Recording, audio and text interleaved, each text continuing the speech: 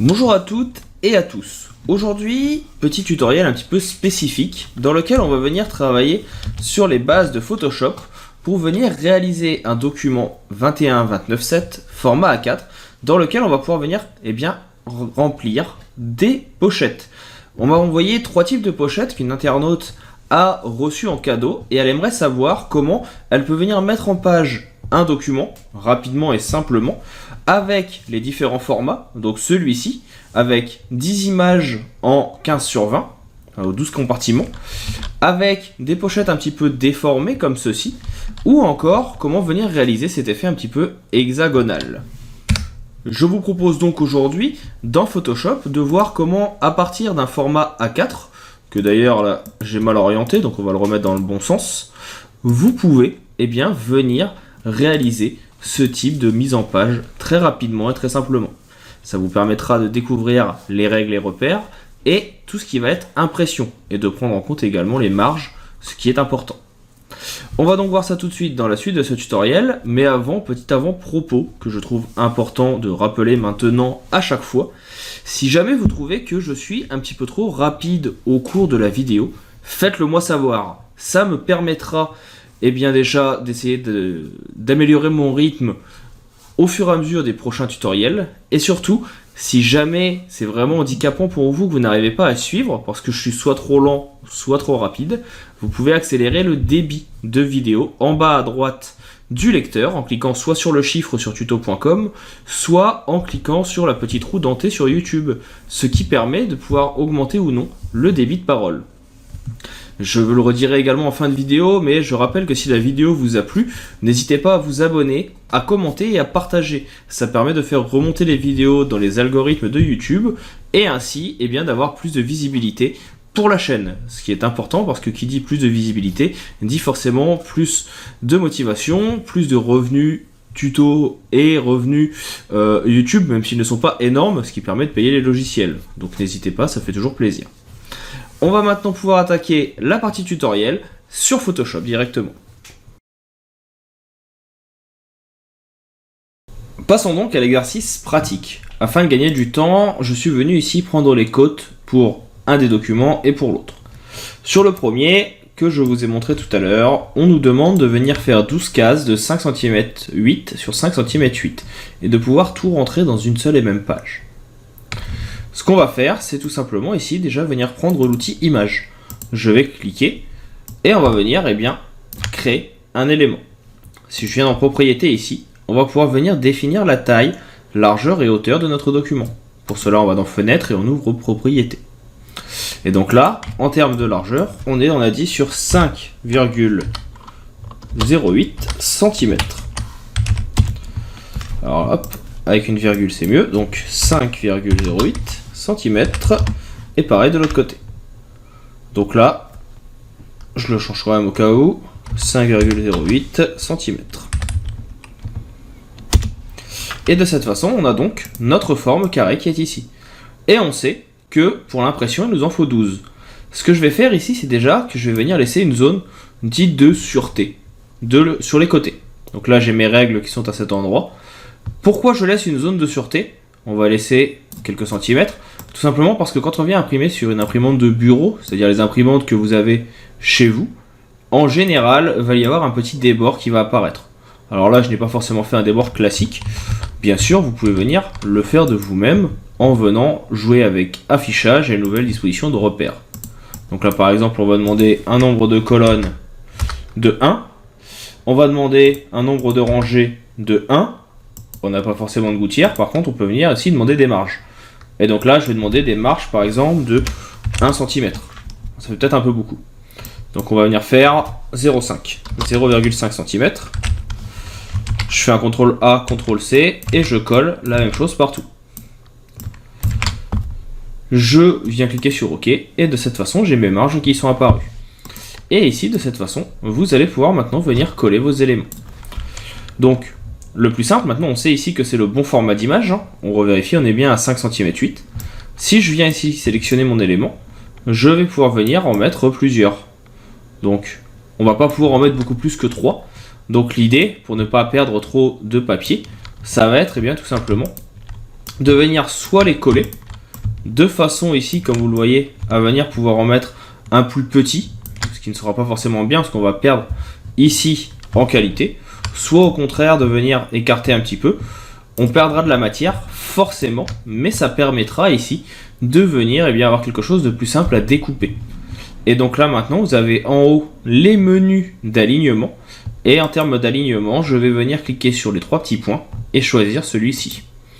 Et de cette façon, automatiquement, on a tous nos éléments qui sont sélectionnés et bien placés. On va aussi tout placer sur le calque, ou plutôt le pixel le plus haut, avec l'alignement ici. Si ça vous intéresse, je rappelle qu'une vidéo est déjà disponible dans mon catalogue tuto ou sur la chaîne YouTube pour les outils d'alignement. Et donc, on sait que l'on doit en faire 12. Donc là, je vais faire un CTRL-J pour grouper. Et donc, pour en faire 12, il va me falloir 4 lignes. 2, 3, 4. Et donc là, 1, 2, 3, 4, 5, 6, 7, 8, 9, 10, 11, 12. Donc on voit qu'on a bien les 12. Et ce qui peut même être un petit peu plus intéressant, et ça c'est là que vous allez gagner de la place et du papier, ça va être de venir, non pas faire une seule page, mais venir ici par exemple coller vos éléments, faire un espacement un peu plus petit, et venir, pourquoi pas, en ajouter encore un. Donc là vous voyez que si maintenant je sélectionne tous mes groupes, je clique sur celui du bas, je clique jusqu'à celui du haut en appuyant sur Shift, et toujours ici dans les outils d'alignement, on peut demander une répartition horizontale et verticale, et donc là sur la verticale je peux placer mes éléments. Et vous avez donc ici, maintenant, votre élément qui est créé, avec les marges qui prendront en compte votre document, et on peut tout simplement venir récupérer nos photos, peu importe les photos que vous allez utiliser, hein. Là je vais venir récupérer des photos que j'avais utilisées ou créées pour un précédent tutoriel, et vous allez juste à venir les faire glisser dans Photoshop. Automatiquement, vous voyez qu'elles vont s'adapter, donc ici. Maintenant, si je fais un CTRL-clic, je vais pouvoir venir les retrouver. Comme j'ai utilisé le menu image, vous voyez que votre image est divisée ici en screenshot. Donc vous avez une première partie, le calque image, qui vous permet de déplacer uniquement le calque. Et une autre partie où il y a l'image, qui vous permet de déplacer uniquement l'image pour venir en faire ce que vous voulez. Pour que ce soit un peu plus visible, bleu et un petit peu plus visuel, je vais venir par exemple prendre une photo, celle-ci, et je vais la faire glisser dans le carré d'à côté. Et donc là, vous voyez que automatiquement la photo est ici. Vous pouvez venir la placer comme vous le souhaitez pour avoir quelque chose qui convient à votre rendu. Et vous n'avez plus maintenant qu'à venir enregistrer et imprimer. Ça, c'est pour la partie 1. Donc là, je vais venir tout sélectionner, comme ceci. J'appuie toujours sur Shift et je vais prendre les données chiffrées. Je vais faire un CTRL-G et grouper. Ça, c'était pour la première idée. Maintenant, l'autre élément, on va avoir des carrés de 7,5 sur 7,5 et des carrés de 5,5. Même principe, on va essayer de venir les placer au mieux. Je prends mon outil image, je viens ici donc cliquer et créer une forme. Alors, hop, il n'a pas voulu. On va venir ici se mettre là, ça sera mieux. Et donc je prends mon outil, je viens créer ici une forme, peu importe laquelle, de toute façon on va venir la réadapter. Et comme tout à l'heure, ici, donc on va mettre 7,5 sur 7,5. Donc, faites bien attention, hein, je rappelle que c'est vraiment une virgule. Donc ça, c'est le premier. Je sais qu'il m'en faudra 4 pour une page. Donc je peux venir ici, par exemple, en réaliser un ou deux. On peut venir également les mettre les uns en dessous des autres. Il en faudra 4. On va essayer déjà d'avoir tous les éléments pour venir adapter au mieux. Et on sait qu'il va nous falloir 3 en 5,5. Donc là, je vais dupliquer celui-ci en appuyant toujours sur Alt. Je vais le mettre à 5 et 5. Et donc là, celui-là, il est un petit peu plus petit. On voit que ici, il nous en faut 3. Et je peux venir, par exemple, en réaliser un certain nombre. Donc là, je vais juste venir sélectionner les 3. On va jouer sur l'alignement, encore une fois. On va venir en faire plusieurs, hein, parce que forcément, par page, même s'il vous en faut 3, vous pouvez avoir besoin d'avoir plus. Et donc là, vous voyez, je peux venir en réaliser un certain nombre. Je reste toujours appuyé sur Alt, et je viens déplacer. Et je peux venir donc jusqu'ici. J'ai bien mes 4, et là, je peux même venir en rajouter d'autres. Ça veut dire que vous pouvez imprimer plusieurs fois des formats de 3, directement pour une page. Là, par exemple, vous pouvez en faire plusieurs. Et après, l'idée, ça sera que vous sélectionnez tous les éléments de 3. Donc là, je fais un CTRL-G. J'ai tout mis dans le même. Hop, on va rajouter celui-là, ça peut être mieux. Et l'idée, c'est que eh bien, vous avez ici la possibilité de faire une page complète.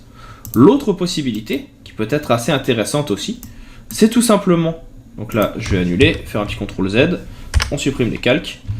L'autre idée, ça sera eh bien tout simplement de venir, pourquoi pas, créer une sélection qui ne comportera que, sur une page, que des éléments de 7 sur 5, enfin de 7,5 sur 7,5. Donc là on va essayer de venir adapter, voir si je peux en placer 3 ou non.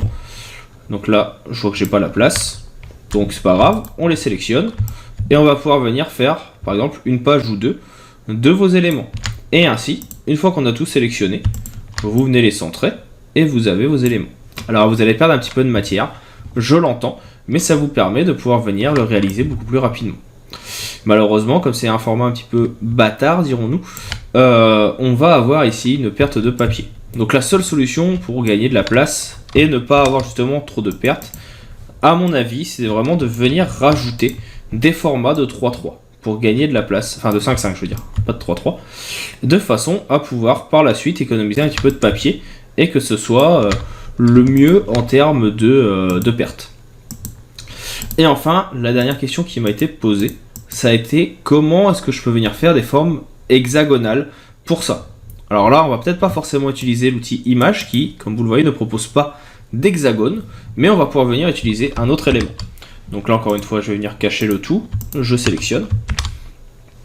Et l'idée va être le suivant, vous avez ici des formes, et vous avez une forme qui s'appelle polygone. On va venir par exemple tracer un polygone, classique.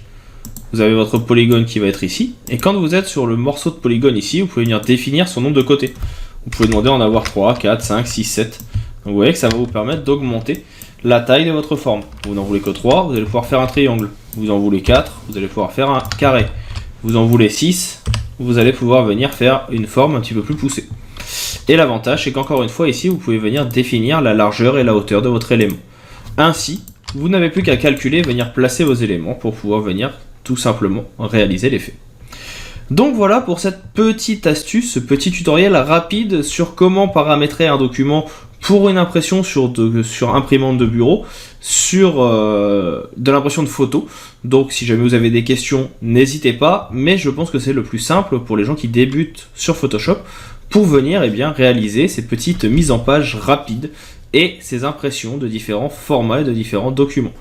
Je rappelle qu'il faut bien prendre en compte et bien réfléchir en amont à comment je dois placer mes éléments, combien il doit y en avoir et quelle taille il fait, c'est ça qui sera important.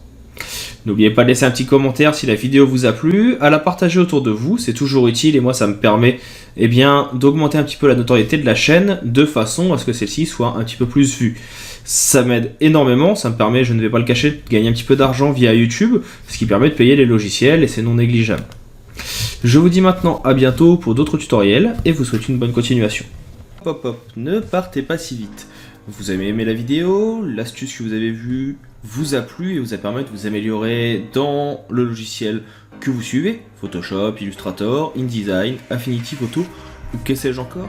Vous souhaitez aller un petit peu plus loin dans la découverte de ces outils et comprendre au mieux leur fonctionnement, voire même vous personnaliser dans certains domaines, l'auto-entreprise, comment développer votre auto-entreprise par exemple avec Photoshop, comment vous améliorer si vous êtes développeur, comment l'utiliser la suite Adobe si vous êtes illustrateur, ou que sais-je encore. Sachez que je propose également des vidéos sur tuto.com que vous pouvez retrouver avec le lien présent dans la description. Vous y retrouverez l'intégralité des vidéos gratuites du site, de la chaîne YouTube, mais également l'intégralité de mon catalogue de formations payantes. Il arrive régulièrement que je propose sur la chaîne YouTube, mais aussi sur les réseaux sociaux, des codes promo pour les avoir à moins cher, donc n'hésitez pas à les suivre pour pouvoir rester à l'affût des dernières nouvelles. Je vous invite également, bien sûr, à laisser un commentaire, un petit like, à partager la vidéo autour de vous afin que la chaîne puisse grandir. N'hésitez pas à me dire ce que vous en avez pensé, c'est toujours avec plaisir que je lis les commentaires et que je réponds, même en cas de besoin. Je vous dis maintenant à bientôt pour d'autres tutoriels, pour d'autres ressources, pour d'autres outils liés au monde du graphisme ou du marketing. Je vous souhaite une bonne continuation et je vous dis à bientôt.